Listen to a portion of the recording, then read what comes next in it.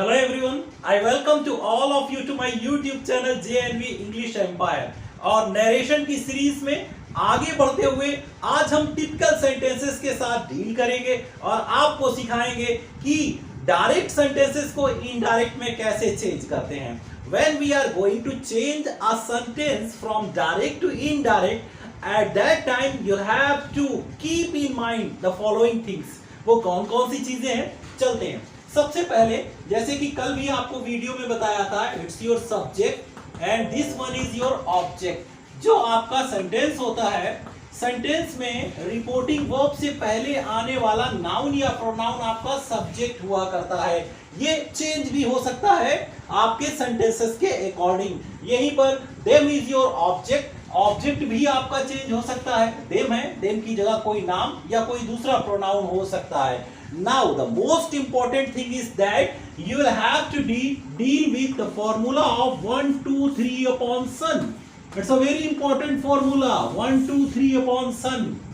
इसका मतलब ये हुआ the pronouns of first person are changed according to subject।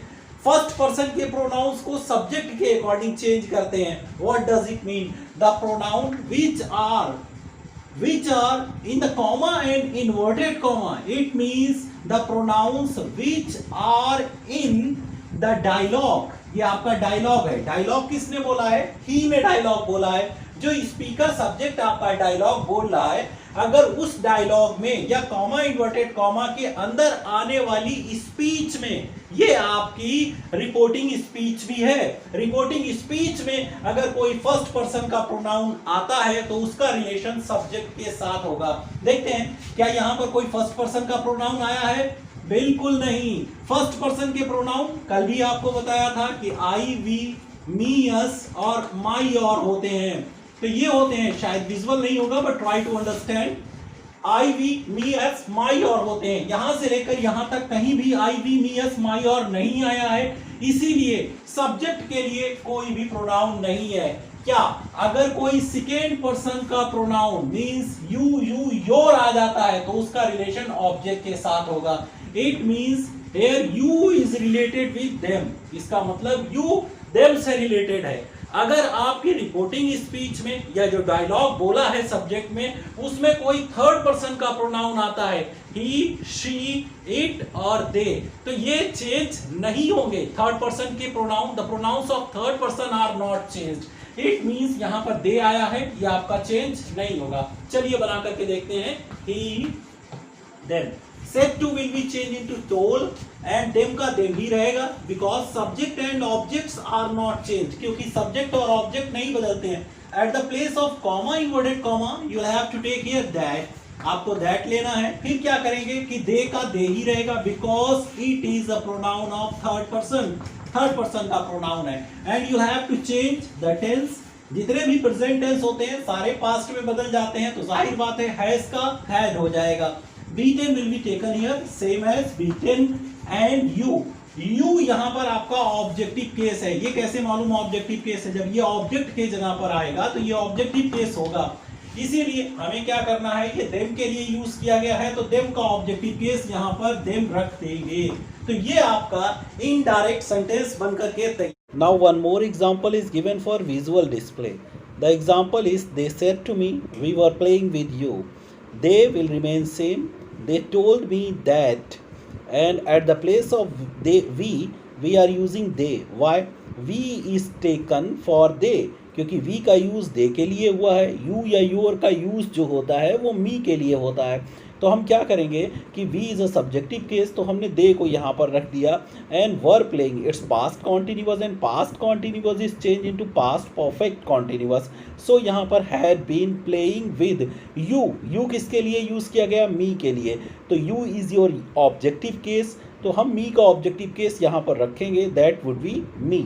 okay, the sentence is they told me that they had been playing with me। for example, there is a sentence, Ram, you haven't beaten us, said Rahul। Rahul ने राम से कहा कि तुमने हमें नहीं पीटा।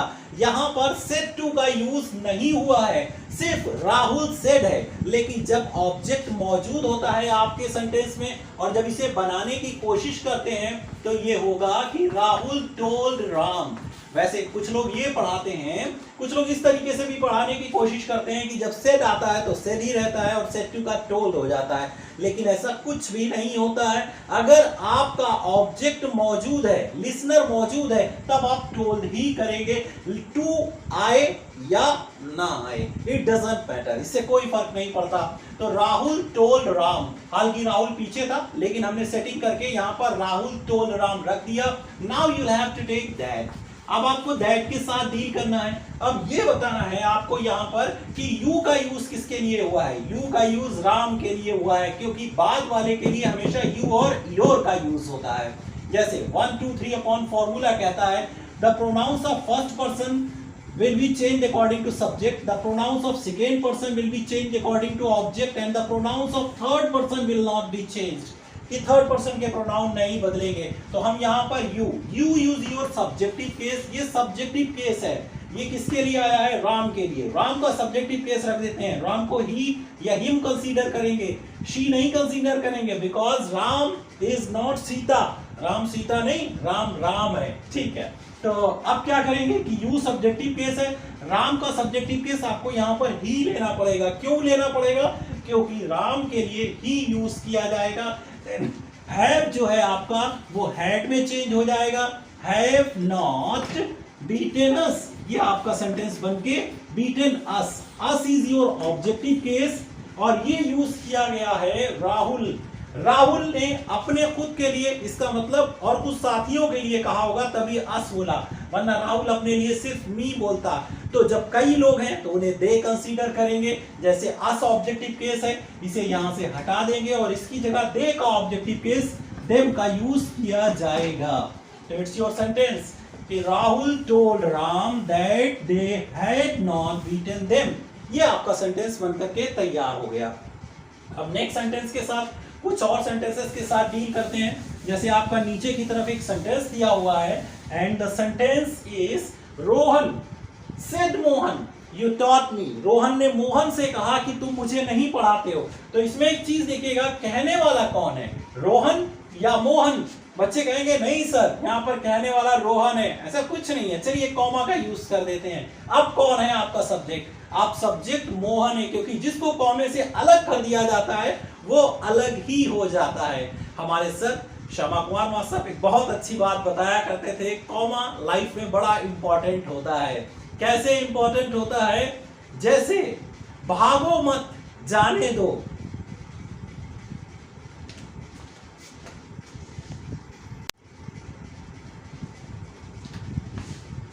एक sentence है, हमारे सर हिंदी का एक बहुत बढ़िया सेंटेंस का उदाहरण देकर के हमें बताया करते थे कि सेंटेंस कितना इंपॉर्टेंट होता है।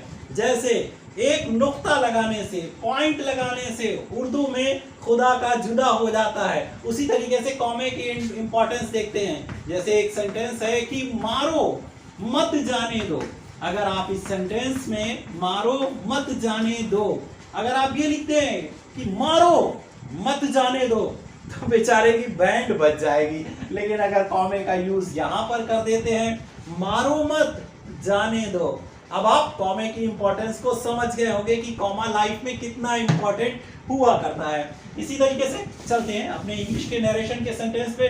अगर हम रोहन के साथ लगाते हैं, अगर इस तरीके से लगाते हैं कि रोहन सेड मोहन, तो इसमें रोहन सेड टू मोहन हो गया, लेकिन हम यहां पर ले रहे हैं, रोहन को एक तरफ कर रहे हैं, then you have to take here Mohan told Rohan, Mohan ने रोहन को बताया, क्या बताया, दैट, दैट का यूज कर रहे हैं। देन यू किसके लिए यूज किया गया, रोहन के लिए यूज किया गया, रोहन को ही मानेंगे तो इसका सब्जेक्टिव केस ही हो जाएगा। It's your past indefinite, we are using here second form of verb, ये पास्ट इंडेफिनिट है, सेकंड फॉर्म ऑफ वर्ब का यूज कर रहे हैं, past in change into past perfect. आप देख सकते हैं डिस्क्रिप्शन बॉक्स में पिक्स का लिंक दिए गए हैं, रूल्स दिए गए हैं, आप वहां पर जाकर के रूल्स को पता कर सकते हैं। तो ये आपका बन जाएगा कि have taught me, me is used for Mohan, क्योंकि मोहन स्पीकर है तो मोहन का ऑब्जेक्टिव केस हिम हो जाएगा। तो ये आपका नेक्स्ट सेंटेंस बन गया। इसी तरीके से और भी कई सेंटेंसेस को बनाते हैं, सीखने की कोशिश करते हैं कि नरेशन में और क्या चेंजेस होते हैं। जैसे I, said to my teacher, मैंने अपने टीचर से कहा, क्या कहा भाई, I shall not miss the class, मैं क्लास को मिस नहीं करूंगा, मैंने अपने टीचर से कहा।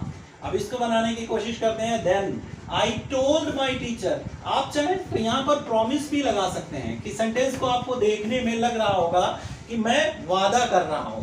अब कुछ लोग ये भी कह सकते हैं कि नहीं, टोल्ड ही लगना है ना, रूल्स के साथ बाउंड मत करिए। अगर आपको लग रहा है कि इस सेंटेंस में वो श्योरिटी दिखा रहा है तो आप यहां पर ये भी लिख सकते हैं कि आई अश्योर्ड माई टीचर या आई प्रॉमिस्ड माई टीचर, मैंने अपने टीचर से वादा किया, किस बात के लिए। देन दैट का यूज करेंगे। दैट का यूज करने के बाद आपको क्या करना है, आप यहां पर प्रॉमिस्ड, एश्योर्ड ऐसे वर्ड्स का यूज अपनी मर्जी से कर सकते हैं। नेक्स्ट, अब आगे देखते हैं। आई का यूज आई के लिए हुआ है because it is the pronoun of first person, तो हम आई का आई यहां पर रख देंगे कि I. Then shall will be change into should, I shall का शुड हो जाता है, पास्ट में चेंज हो जाएगा। नॉट मिस द क्लास, कि मैं क्लास को मिस नहीं करूंगा। तो इसमें बहुत से इंपॉर्टेंट सेंटेंसेस होते हैं जिन्हें हम धीरे धीरे सीख करके आगे बढ़े। Now we are going to deal with interrogative sentences. Interrogative sentences में कुछ और चेंजेस आ जाते हैं, जैसे आप देख सकते हैं कि सेड और सेड टू को आस्क्ड में चेंज किया जाता है या इंक्वायर्ड में भी चेंज कर सकते हैं, क्योंकि वहां पर आप किसी से या तो कुछ पूछ रहे होते हैं या इंक्वायरी कर रहे होते हैं। कॉमा, इन्वर्टेड कॉमा की जगह इफ और वेदर का यूज करेंगे, लेकिन कुछ जगह जैसे कॉमा, इन्वर्टेड कॉमा की जगह इफ और वेदर का यूज करते हैं, लेकिन जब हमारा सेंटेंस, रिपोर्टिंग स्पीच या हमारा dialogue why, where, when, how से शुरू होता है, तब हम इफ और वेदर का यूज ना करके उसी इंट्रोगेटिव प्रोनाउन को उठाकर अपने सेंटेंसेस को बनाते हैं। लेट्स सी हाउ, देखते हैं किस तरीके से हम अपने इंट्रोगेटिव सेंटेंसेस के साथ डील करते हैं। जैसे एक सेंटेंस है कि Rajul, sentence is Rajul have you called me, क्या तुमने मुझे बुलाया। Rajul have you called me, it's your interrogative sentence because we are having a question mark here. Said Rita, Rita ने कहा, it's your sentence, said Rita. Then अभी आपको क्या करना है कि इसे असेंबल करके ठीक तरीके से लिखना है। अब आप क्या कहेंगे कि रीता asked राहुल, रीता ने राहुल से पूछा, क्या पूछा। Then you will have to take if or whether at the place of comma, inverted comma की जगह if भी लगा सकते हैं, वेदर भी लगाइए, जो आपकी मर्जी है। इफ और वेदर में से कोई भी एक का सिलेक्शन कर सकते हैं। अब हमें क्या करना है कि सबसे इंपॉर्टेंट चीज यू राहुल के लिए यूज हुआ है तो आपका ही हो जाएगा, because it's your subjective case. Rahul को ही कंसीडर करेंगे और उसका सब्जेक्टिव केस ही हो जाएगा यहाँ पर। देन हैव को हैड में चेंज कर देंगे, कॉल्ड आपका वैसा ही बना रहेगा। Me is used for Rita, me का यूज रीता, और किसी के नाम को ही, शी या दे कंसीडर करते हैं। जब ही, शी या दे मानते हैं तो रीता को क्या मानेंगे, नहीं भाई ही नहीं मानेंगे, रीता को शी मानेंगे, जैसे आप अपने आप को कभी कभी ही मानते हैं, ठीक है। अब हम क्या करते हैं कि कॉल्ड तक हमारी स्टोरी पहुंच गई थी। मी का यूज रीता के लिए हुआ और रीता को हम क्या कंसीडर करेंगे, शी, और मी यहाँ पर ऑब्जेक्टिव केस है तो रीता का ऑब्जेक्टिव केस यहाँ पर हर हो जाएगा। इस तरीके से आपका सेंटेंस बन जाएगा। You need not to use comma, inverted comma को यूज करने की जरूरत नहीं है, but most important thing which you have to keep in mind, लेकिन दिमाग में जो सबसे इंपॉर्टेंट चीज आपको रखना है वो ये है कि इफ के बाद जब कोई दो सेंटेंसेस किसी कंजक्शन से जोड़े जाते हैं या वाई, वेयर, व्हेन से जोड़े जाते हैं तब बाद वाला सेंटेंस अफर्मेटिव होगा। यहाँ पर हैव यू था लेकिन यहाँ पर ही हैड, हेल्पिंग वर्ब को हमने बाद में रख दिया, इट मींस अपने सेंटेंस को अफर्मेटिव बना।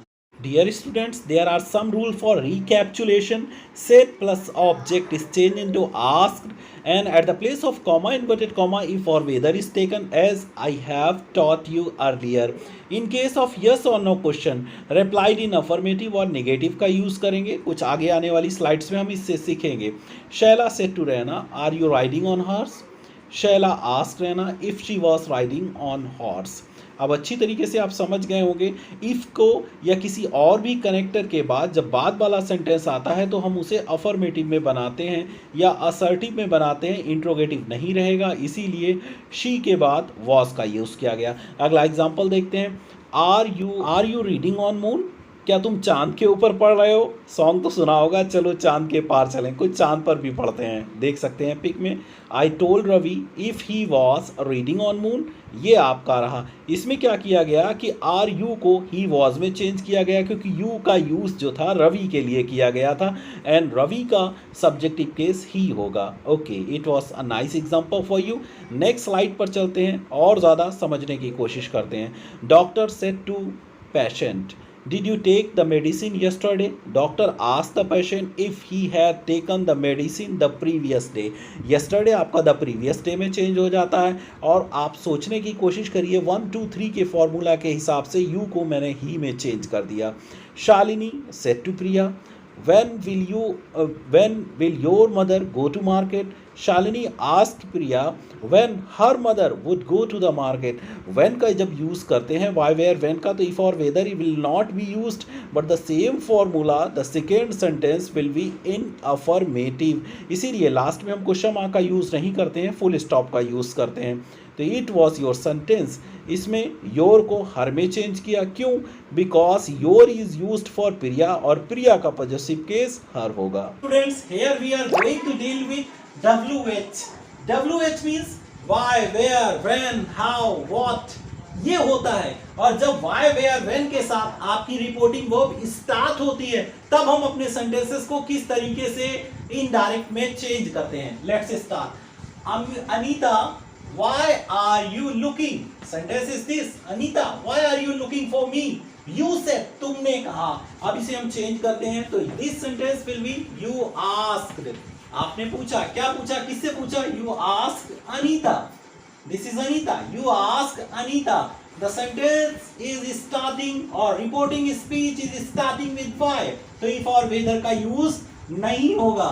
यहाँ पर if और whether का यूज नहीं होगा. तब क्या करेंगे? why, where, when आता है या how आता है तो उसी के साथ सेंटेंसेस को जोड़ दिया जाता है. But the most important thing जो लास्ट सेंटेंस में बताई थी कि सेंटेंस जो बाद वाला होगा, जो हमारी स्पीच होगी, रिपोर्टिंग स्पीच, जो डायलॉग होगा वो अफर्मेटिव में चेंज हो जाएगा. जब अफर्मेटिव में चेंज होगा यू यूज्ड फॉर अनीता, आपका शी हो जाएगा. देन आर का वॉज लगा देंगे. शी वॉज लुकिंग, वो देख रही थी. शी वॉज लुकिंग फॉर का यूज करेंगे. Me is used for you. Me का यूज यू के लिए हुआ है तो क्या करते हैं? Me is an objective case. Me objective case है, यू का ऑब्जेक्टिव केस रख देंगे.